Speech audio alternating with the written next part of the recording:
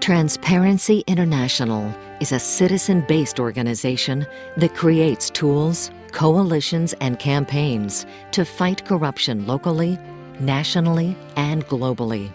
In some countries, whole generations of young people are being lost because their parents cannot afford the bribes which are being demanded. Transparency International has pioneered the worldwide creation of legal frameworks to combat corruption and works tirelessly with global partners and more than 90 national chapters to enforce them. Peter Eigen is its creator. What has happened during the last 5 years is breathtaking. So in a way we have a window of opportunity of a couple of years. In this program, Peter Eigen describes the terrible toll that corruption takes in the lives of millions of people, how social, political, and legal breakthroughs offer great hope of neutralizing it, and how everyone can join the growing campaign to eliminate one of humanity's greatest injustices.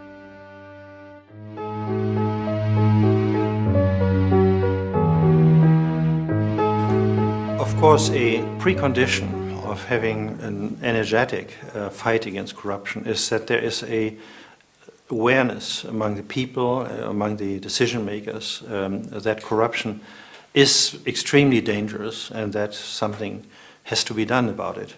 And one of our most important tools in this area has been the global index which we produce every year, the Corruption Perception Index.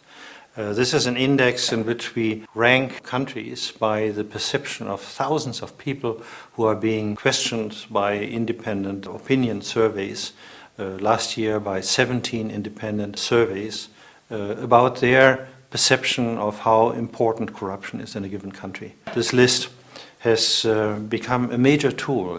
In fact, it is expected with some anxiety by some countries and is always put on the front page of many important media and has been like a miraculous tool to put our agenda on center stage in the world.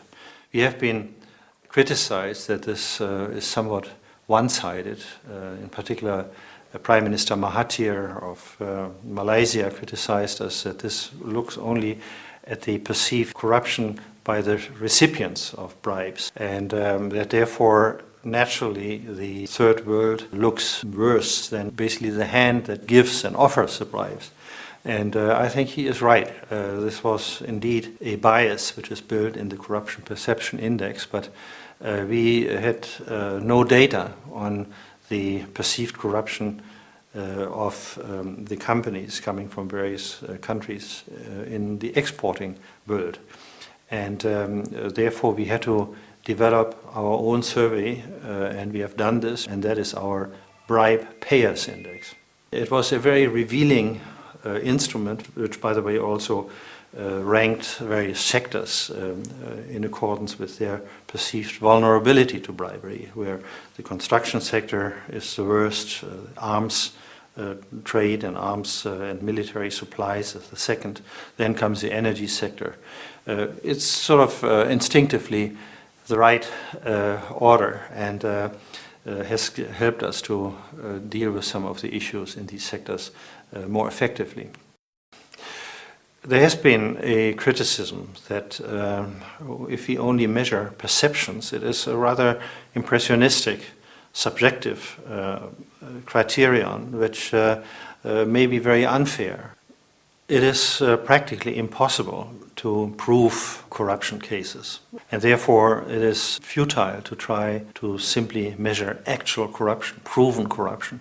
Therefore we simply had to take a proxy for this, and that proxy is what educated people, what victims of corruption, what participants in corrupt deals, what they perceive to be the corruption in a given situation. And we found that this is an extremely important proxy which helped us to paint an image of the reality.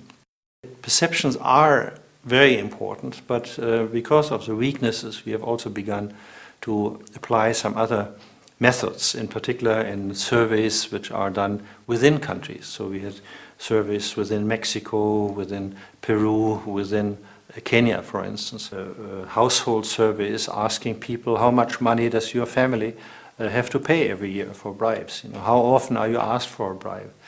Did you pay bribes yourself? And so on. And based on these surveys, we have started a new tool which we call the Corruption Barometer, which this year has quite a number of countries listed. So building awareness is a tremendously important starting point for fighting corruption. And that awareness, of course, has tremendously changed in the last, I would say, 5 years.